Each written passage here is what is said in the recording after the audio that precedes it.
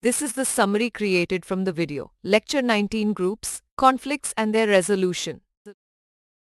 In this video, we explore the topic of conflicts and what they entail. Conflict is introduced as the subject to be discussed in this presentation. Conflicts arise from incompatible activities that hinder progress on tasks. While often viewed negatively, conflict can foster new ideas and growth.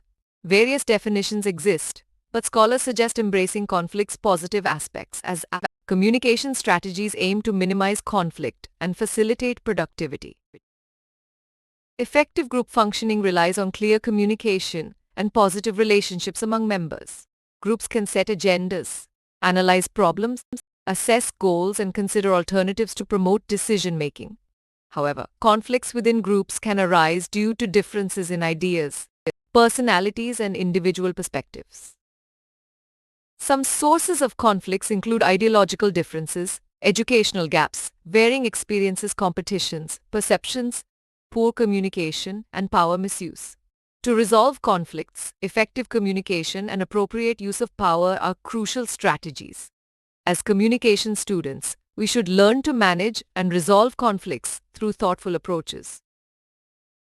Verbal communication strategies for conflict management involve clear, assertive language without negative words or implications. Ambiguity, slang, stereotyping, and automatic phrasing that may offend listeners should be avoided.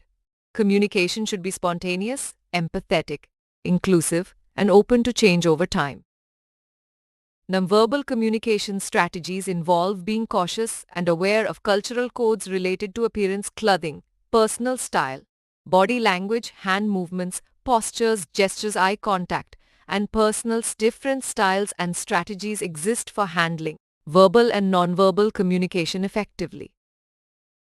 The avoiding style means not escalating minor issues that can be overlooked to prevent conflict. The forcing style involves compelling others to perform duties through warnings or disciplinary action. The accommodating style involves adjusting personal preferences to avoid conflict in relationships. The collaborative style promotes working jointly for mutual benefit rather than competing against each other.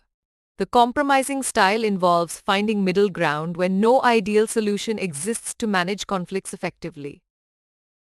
In conclusion, facing conflicts, not fleeing them, promotes positive interactions and growth opportunities.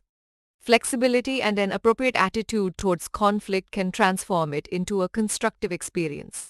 Conflict shouldn't be seen as purely negatives. It can drive change, new ideas, and personal growth. Please stay tuned for more summary videos.